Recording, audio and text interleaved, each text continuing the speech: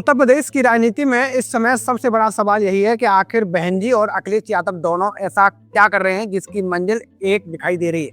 ये सिर्फ सामान्य राजनीति नहीं है दोस्तों, बल्कि बहुत बड़ी राजनीतिक कहानी है, क्योंकि दोनों नेताओं की पूरी राजनीतिक यात्रा का अब एक ही अंतिम लक्ष्य बचा हुआ है और वो भी दिखाई दे रहा है, और वो लक्ष्य है 2027 में सत्ता हासिल करना।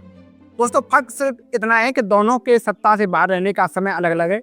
यहाँ समाजवादी पार्टी 2017 से सत्ता से बाहर है और 2027 आते आते 10 साल पूरे हो जाएंगे। दूसरी तरफ बहुजन समाज पार्टी की बात करें तो मायावती की आखिरी पूर्ण जो सरकार थी वो 2007 में बनी थी। अगर वहां से गिनती करें तो 2027 आते आते 20 साल का लंबा अंतर हो जाएगा। अगर 2012 से गिने तो तब भी 15 साल हो जाते हैं। और राजनीति में इतना लंबा समय बहुत बड़ा होता है, क्योंकि जब कोई पार्टी लंबे समय तक सत्ता से बाहर रहती है तो उसका असर सिर्फ चुनावी नतीजों पर नहीं बल्कि पूरी पार्टी की ताकत पर पड़ता है, और कार्यकर्ताओं का मनोबल टूटने लगता है, संसाधन कम होने लगते हैं और बड़े नेता दूसरी तरफ देखने लगते हैं और संगठन कमजोर होने लगता है। ये एक लाजमी बात है दोस्तों। जनता में भी ये संदेश जाने लगता है कि शायद अब ये पार्टी सत्ता में लौटने की स्थिति में बिल्कुल नहीं है। तो यही कारण है कि लंबे समय तक विपक्ष में रहना किसी भी क्षेत्रीय दल के लिए खतरनाक माना जाता है। कांग्रेस इसका सबसे बड़ा उदाहरण है। आपने देखा होगा राहुल गांधी लगातार वही साइड इफेक्ट झेल रहे हैं, क्योंकि कांग्रेस लंबे समय से सत्ता से बाहर है। यही डर अब समाजवादी पार्टी और बहुजन समाज पार्टी दोनों के सामने खड़ा हुआ है। इसलिए दोस्तों, दोनों की मंजिल एक दिखाई देती है और इस बार किसी भी कीमत पर सत्ता हासिल करनी है। अब सबसे दिलचस्प सवाल दोस्तों ये है कि अगर ये समान लक्ष्य कभी दोनों को एक साथ ला सकता है। आज अगर कोई कह दे कि भाई अखिलेश यादव और मायावती फिर से साथ आ सकते हैं तो बहुत लोग हंस देंगे। लोग कहेंगे भाई ये संभव ही नहीं है। लेकिन दोस्तों, राजनीति में कुछ भी असंभव नहीं होता। 2019 का लोकसभा चुनाव याद कीजिए दोस्तों, जब सपा और बसपा ने गठबंधन किया था। उस समय बीजेपी अपने सबसे मजबूत दौर में थी और नरेंद्र मोदी की लोकप्रियता चरम पर थी। 2014 की लहर पूरी तरह खत्म नहीं हुई थी, लेकिन उसके बावजूद समाजवादी पार्टी और बहुजन समाज पार्टी मिलकर 15 सीटें निकालने में सफल हो गई थी। ये छोटी बात नहीं थी दोस्तों। अब जरा दोस्तों 2024 को भी देख लीजिए। इस बार दोनों अलग अलग लड़ी, फिर भी समाजवादी पार्टी अकेले 37 सीटें जीत गई और बीजेपी 33 सीटों पर सिमट गई। कांग्रेस भी 6 सीटें जीतने में सफल रही।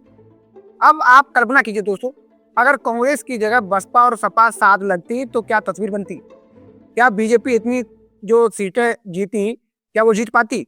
क्या केंद्र में एनडीए इतनी आसानी से सरकार बना पाता? दोस्तों, सवाल ये राजनीतिक गलियारों में गंभीरता से पूछा जा रहा है, क्योंकि अगर सपा और बसपा का वोट पूरी तरह जुड़ जाता तो यूपी की तस्वीर पूरी तरह बदल सकती थी। यही कारण है कि 2027 को लेकर अब नई चर्चाएं शुरू हो चुकी हैं।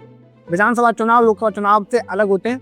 लोकसभा चुनाव में लोग राष्ट्रीय नेतृत्व और प्रधानमंत्री के चेहरे को देखकर वोट देते हैं, लेकिन विधानसभा चुनाव में स्थानीय समीकरण ज्यादा काम करते हैं। जाति, उम्मीदवार, स्थानीय नाराजगी, क्षेत्रीय मुद्दे और सामाजिक गठजोड़ बहुत बड़ी भूमिका निभाते हैं। 2024 में भी दोस्तों यूपी में ऐसे लाखों वोटर थे जो राज्य स्तर पर बीजेपी से नाराज थे, लेकिन केंद्र में उन्हें कोई मजबूत विकल्प नहीं दिख रहा था, इसलिए उन्होंने बीजेपी को वोट दे दिया। लेकिन 2027 में मामला उत्तर प्रदेश का होगा। अब वही वोटर अलग तरीके से सोच सकता है। यही वजह है कि विपक्ष को लग रहा है कि अगर सही सामाजिक समीकरण बन जाए तो बीजेपी को रोका जा सकता है। अब दोस्तों, जरा दोनों दलों के जो वोट बैंक को समझिए। बहुजन समाज पार्टी का दलित वोट बैंक आज पूरी तरह खत्म नहीं हुआ है। मायावती की पकड़ दलित समाज में अब भी बनी हुई है। इसके अलावा दोस्तों, ब्राह्मणों में भी बहन जी की स्वीकारता जो है वो एक समय काफी मजबूत रही है, और राजनीति में ये धारणा आज भी जिंदा है कि भाई लोग बोलते हैं कि भाई जरूरत पड़ने पर बसपा फिर से सोशल इंजीनियरिंग का प्रयोग कर सकती है।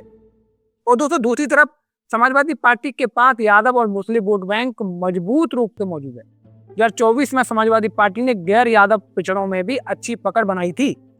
अगर ये सारे वोट एक साथ जुड़ते हैं तो ये सिर्फ गठबंधन नहीं बल्कि यूपी की राजनीति में बड़ा भूचाल साबित कर सकता है। अब एक और दिलचस्प बात देखिए दोस्तों, कांग्रेस इस समय उत्तर प्रदेश में पूरी ताकत लगाने की कोशिश कर रही है। कांग्रेस के नेता बहन जी से मुलाकात कर रहे हैं। कांग्रेस 403 सीटों पर तैयारी की बात कर रही है, लेकिन यही बात समाजवादी पार्टी को परेशान कर रही है, क्योंकि समाजवादी पार्टी को लगता है कि कांग्रेस जरूरत से ज्यादा महत्वाकांक्षी हो रही है। 2017 में भी कांग्रेस और सपा साथ लड़ी थी। उस समय समाजवादी पार्टी ने कांग्रेस को 100 से ज्यादा सीटें दी थी, लेकिन नतीजा दोस्तों बीजेपी के पक्ष में गया।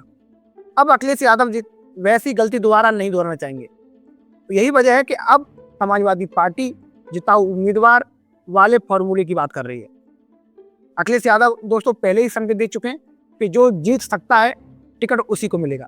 अगर इस फॉर्मूले को बसपा के संदर्भ में देखें तो मामला और दिलचस्प हो जाता है, क्योंकि बसपा के पास आज भी कई सीटों पर निर्णायक वोट मौजूद है।